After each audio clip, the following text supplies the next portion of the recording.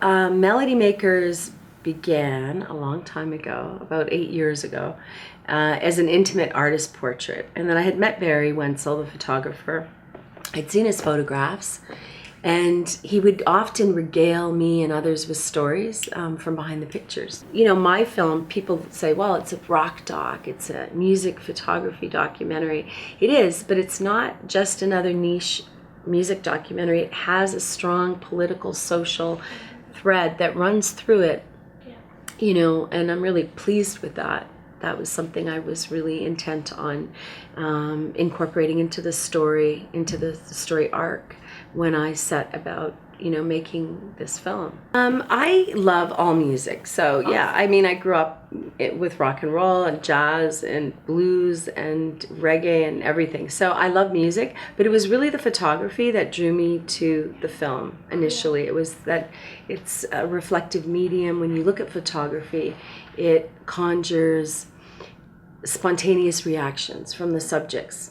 It was, to tell you the truth, it originally began as a series initiative, and I'd won a CTV Banff Fellowship with a series that was about photographers and photography and the stories behind their pictures. And all of the photographers I researched owned their archives, so they actually held the rights to their negatives and contact sheets.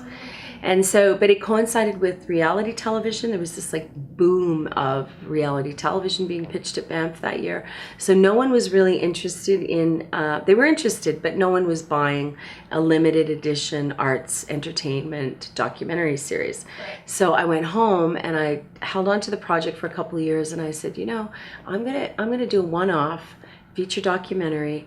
And then it grew from intimate artist portrait into a story that was encapsulated Melody Maker magazine, which was the forerunner to Rolling Stone. It was the paper that Barrie worked on for 10 years as a chief contributing photographer. So then I went to London. I got money from the OMDC, went to London, pre-interviewed a bunch of subjects, journalists, musicians, other people who work behind the scenes, and then it morphed into a much bigger story about music journalism, rock and roll, 1965 to 1975.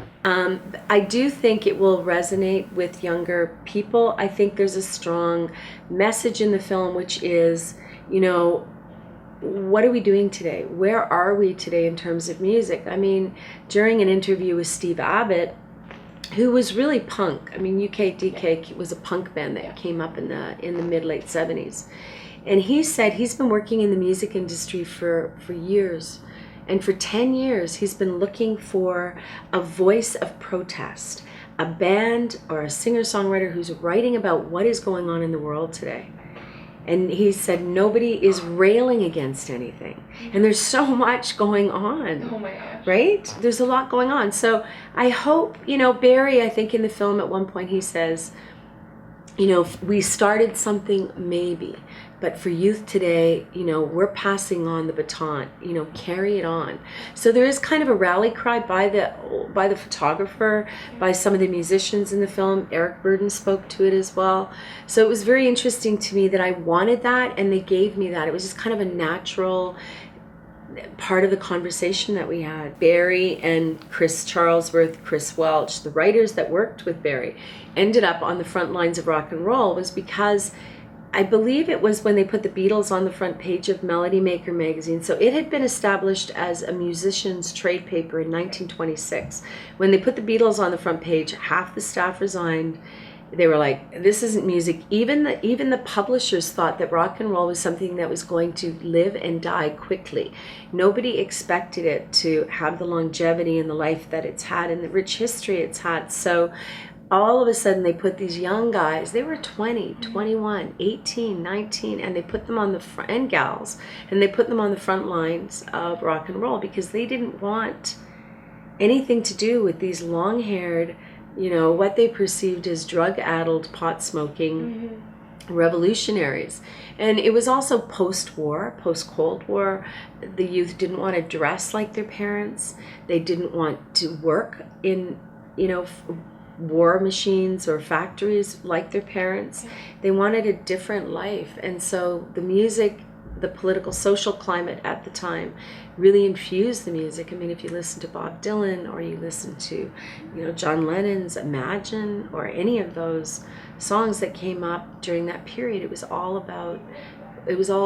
awakening. Yeah. It was a huge awakening. The Female Live Film Festival actually started in 2001, and it began because I was attending international film festivals with my debut film, In the Refrigerator, which was winning a lot of awards, screened in 35 festivals, and I was meeting other women directors, and I was seeing great films by men and women, but I noted that women were a minority among the directors attending these international festivals.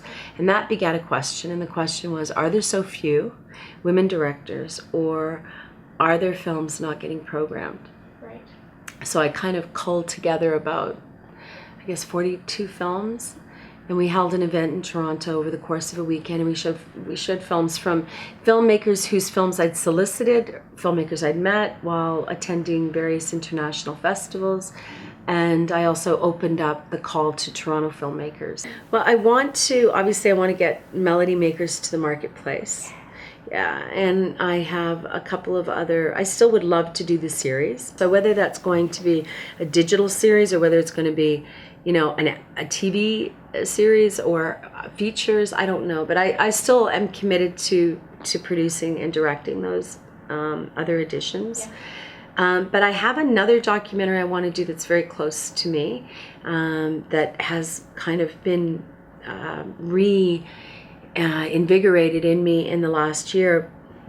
And that is that when I was about 10 years of age, 6 of my cousins were stolen. They were taken away. And I remember the last summer I spent with them, and then they were gone in the fall. So I really want to do a documentary that's a little more personal. It's called Lost Summer, and it's about the loss of my cousins. And then I have some comedies and some features I want to do, because documentaries are so hard and they take so long to do. So that's something else that I have a bunch of projects I've written that I want to resurrect. Thank you. Thank you for having me.